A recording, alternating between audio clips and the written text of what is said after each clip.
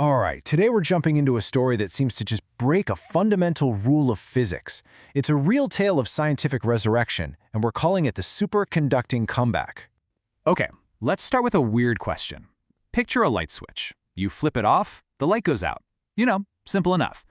But what if, as you pushed that switch even harder into the off position, the light just suddenly blazed back to life? It sounds totally impossible, right?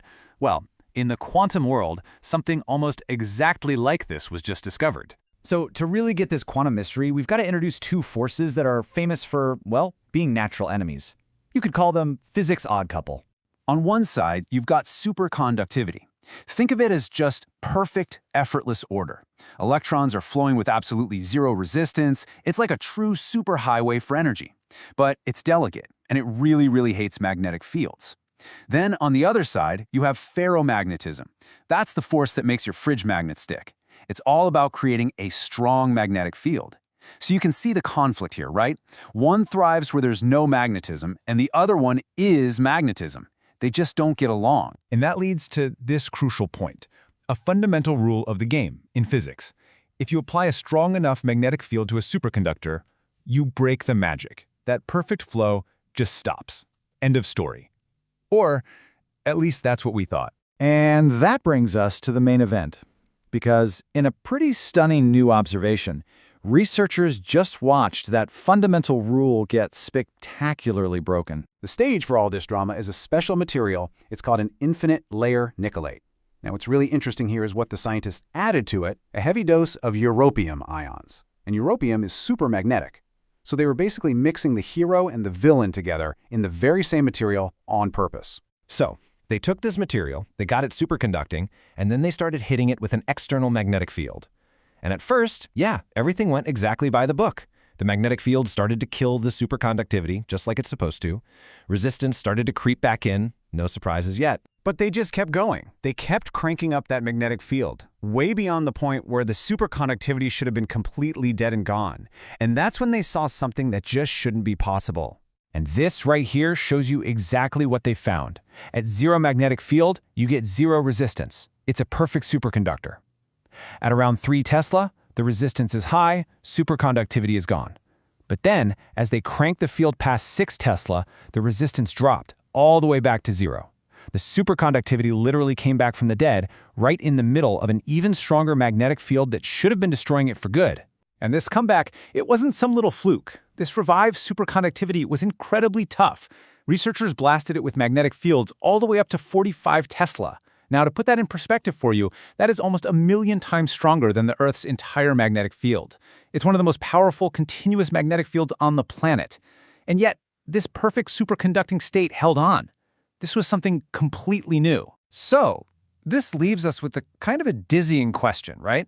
How can the very thing that's supposed to be kryptonite for superconductivity also be the one thing that brings it back to life? Well, the researchers have two really fascinating ideas about what's going on. The first idea involves this clever bit of internal self-defense. It's a mechanism known as the Jaccarino-Peter effect. The Jaccarino-Peter effect is basically when a material decides to fight fire with fire. Those magnetic europium ions, when they get hit by a strong external magnetic field, they actually generate their own internal magnetic field that points in the exact opposite direction. It's kind of like the material creates its own internal shield for itself. So, let's just walk through it. First, that powerful external field gets applied, but then the europium ions inside the material respond by creating their own internal field that points the other way. And here's the crucial part. These two fields can partially cancel each other out. The total or net magnetic field that the superconducting electrons actually feel becomes weak enough for them to pair up again, and boom, superconductivity is back. But, you know, this internal shield might not be the whole story. The researchers think a second, even more exotic thing is happening here, a kind of creative chaos. This has to do with something called a quantum critical point. The easiest way to think about this is like a nice edge for the material's magnetic properties. Right at this tipping point, the whole magnetic state becomes incredibly unstable and just fluctuates wildly. It's pure chaos at the quantum level. And here is the beautiful paradox. Normally, magnetism breaks the pairs of electrons that make superconductivity work. But right near this chaotic tipping point, the intense magnetic fluctuations themselves can act like a kind of quantum glue. This creative chaos can actually help pair the electrons up, actively enhancing the superconductivity. So it's not just about shielding from the field. The magnetic weirdness itself is actually helping out. So we have this incredible comeback story, right? It's driven by internal shields and creative chaos. But why is this more than just a cool physics puzzle? I mean, why does it actually matter? Well, the authors of the study, they put it best. They say this represents a paradigm shift.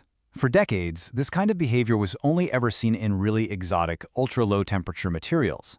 This discovery, for the first time, brings it into the world of so-called higher temperature superconductors. So, what does this discovery really unlock for us? Well, for one, it's the very first time we've seen this happen in high-temperature superconductors, which, granted, are still very cold, but it's a huge leap forward. It actually bridges these two once-separate worlds of superconductivity and magnetism. It basically creates a whole new playground to design future quantum materials. And what's really fascinating is that it hints that a very rare, very exotic type of electron pairing might be happening here, something called a spin triplet state, which, if that's confirmed, it could be truly revolutionary for the whole field. And that kind of brings us to the big picture here. We started with what we thought was a fundamental rule. Magnetism kills superconductivity. But we've ended up with a story of cooperation, of resurrection. It really makes you wonder, if these two sworn enemies of the quantum world can actually be made to work together, what other impossible combinations and materials are just waiting out there for us to find?